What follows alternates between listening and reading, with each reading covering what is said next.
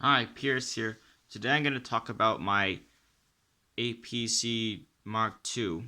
So this version compared to the original one I posted a few months back is much better than the original one, as it addresses a lot of faults that the original one has. So let's get into it. Starting at the suspension, here is the largest improvement that this version made over the original one.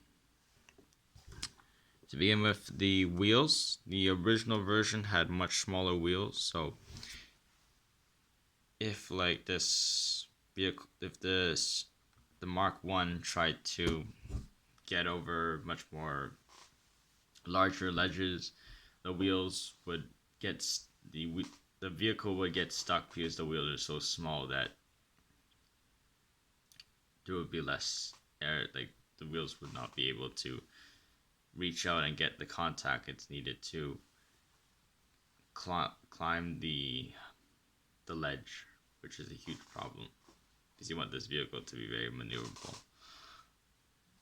So this version addresses this by having much larger wheels.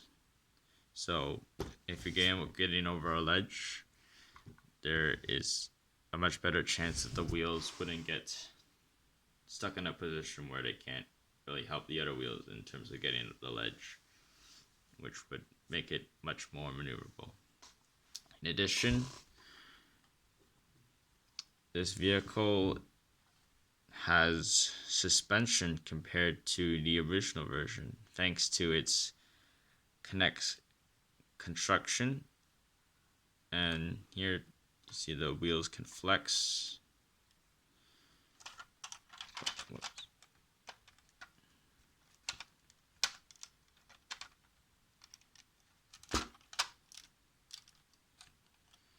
There. Let's quickly fix this. And yeah, so looking at the suspension here, if you take a look at my hand in the vehicle, you can see how the vehicle can easily move and negotiate the terrain. The original one would the entire vehicle would just go upwards and downwards, like in a much more uncomfortable fashion for the people inside. So that's a major improvement of the vehicle. Looking at the front, there's not a lot of changes. We have two vision slits here, and two navigation headlights, which would help the vehicle see what's ahead of it compared to the original version, which has no headlights. In the front here, you would also notice that there is a hatch for a radio operator, hatch for a driver. You can close back. On the sides, we have the same explosive reactive armor as the previous version that I created. The headlights have been slightly moved. It's not too much. On the other side, same thing. We have an antenna.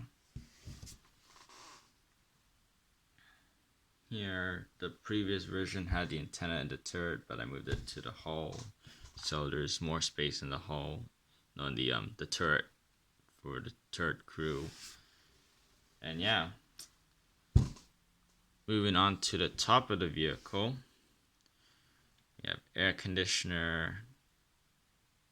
We have periscopes here for extra vision. And moving on to the turret, because this is where another huge upgrade is made. The previous version had like a 25mm autocannon. I replaced that with a 40mm Bofors autocannon.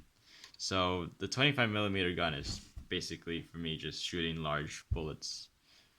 Now the 40mm gun, you can pack a lot more explosives in there. It's like now you can like lob high explosive grenades at a really high speed, but really fast ones. which can pretty much tear through infantry. And you can also put in larger armor-piercing rounds, which can decimate lightly armored vehicles. And this gun can do a lot more than, it's much more versatile than that 25mm autocannon. It's still, the turret also still remains that same headlight. It also has the machine gun go up and down, turret go up and down, same 360-degree rotation. Another vision port. Turret is much larger too. We have the TOW missile launcher system with much larger missiles, bigger payload, and much more armor penetration capabilities. Smoke launchers, again, standard on all my vehicles. Launch them and allow the vehicle to tactically retreat or change its position. We have an area here for more sensors and electronics. Another anti-aircraft machine gun or anti-infantry machine gun the commander could operate. Flashlight and ammo box. Up and down. Turn a bit to a different position. And yeah, we have a hatch here. Let's see for the commander. Okay, at the back of the turret, we have a hatch here which can eject the 40mm Bofors shells. So after firing many rounds, the turret wouldn't just accumulate with empty 40mm Bofors casings, which can hamper operations and make the vehicle a lot less safe to operate. So shells will just be ejected off here. There's also another hatch, another escape hatch for the vehicle. And another major thing is that the Mark 1, the Mark 1's turret is again much smaller. So there would more realistically just be one commander just doing the loading, the gunning, the commander's commanding duty of the vehicle, which is a lot for a commander to do, and that would really make the efficiency of this vehicle much less. But with a bigger turret, with this much larger turret, you can put, let's just say, a 2-man crew. So let's just say we can add a gunner to this turret and we have a commander. So the commander doesn't have to focus on gunning. And potentially, if you make this like if you automate the loading process, you can allow the commander to just focus on his commanding duties, which means that he can much more effectively command a tank. So yeah.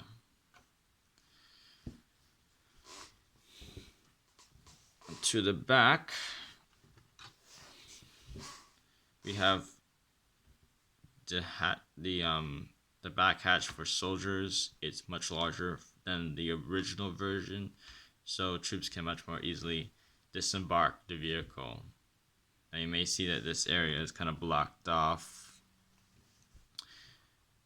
This vehicle doesn't have an extensive inside as the original version. Now this is because of the improved suspension, which takes up a lot of space.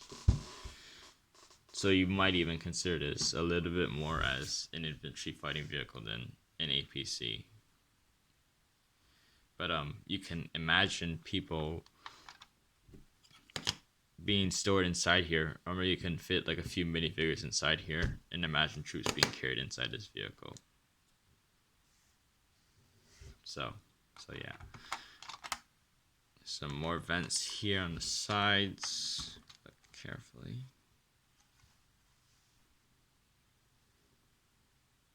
And yeah, just you can take a look at the bottom of the vehicle.